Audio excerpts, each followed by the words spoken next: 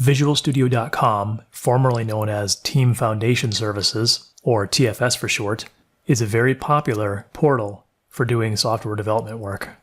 So let's take a look at creating a new account and then working with Git here in Team Services. So at VisualStudio.com, I'm going to scroll down here to the Visual Studio Team Services section and click on Get Started for free. It asks me for an email address, and I click Continue. Notice it's telling me I need to get a new Microsoft account if that email address is not recognized. So right off the bat, you can see it's a little more cumbersome than signing up for GitHub. So we're redirected over here to Microsoft.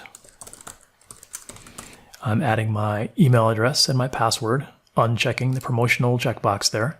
Click on Next. And now, as usual, we're getting a verify email prompt. And that is simply just a matter of checking your own email address and clicking on this verify link, which opens in a new window and says congratulations. So now that I have my new Microsoft account, I have to remember to go back to VisualStudio.com and return to Visual Studio Team Services sign up, get started for free. Enter that email address. Now it recognized me as having a Microsoft account, and now it's allowing me to choose my account name here, which will be something.visualstudio.com.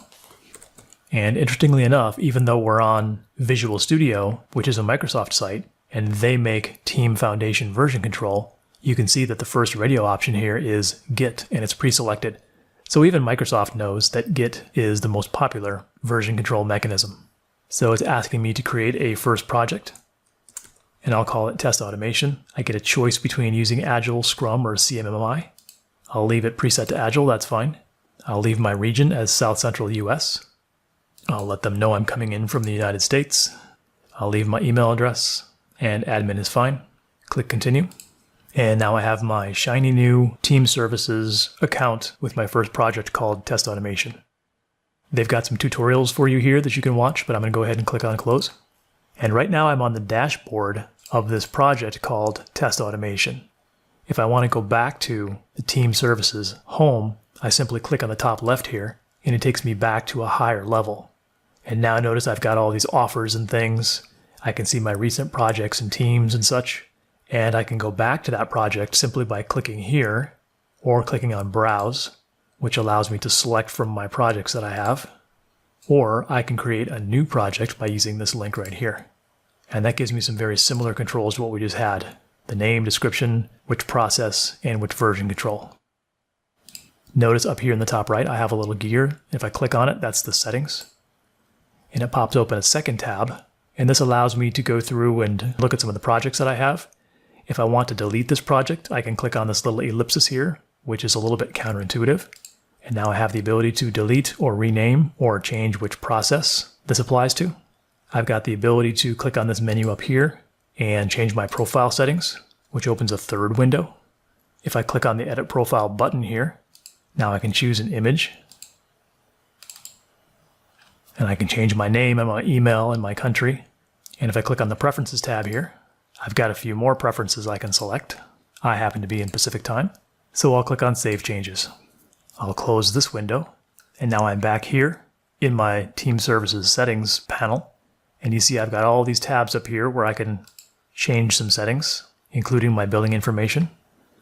I've got some security stuff here, and you can see that right off the bat, Team Services is much more robust than GitHub was because we've got all this Active Directory kind of stuff going on here with groups and permissions and such. I've got a process tab here that allows me to change some of the process settings. I don't know anything about this, so I'll let you play around with it.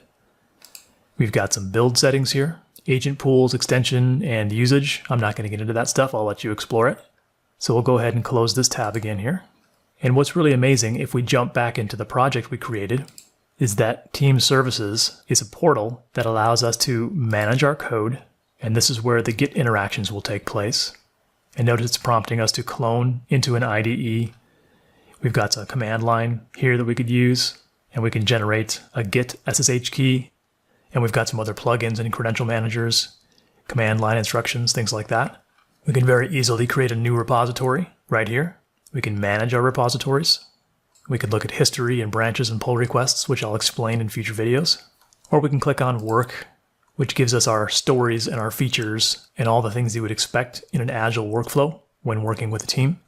We've got a build section here, which allows us to automatically build up the code that resulted from the work items. We've got a test section here, which allows us to create, run, and track manual test cases. And it has things like runs and machines and load testing. So you can see that this is a very full-featured portal that a lot of software development shops use. And they've got some quick demo videos here that you can watch to get up to speed with it. So that's the basics of setting up a new account on Microsoft Team Services. Chances are, though, if you join a company, they will already have team services hosted on an internal server, and you'll simply have to talk to an IT admin to give you an account, and they'll tell you which URL to navigate to, and you won't have to do all this work to set up your own account.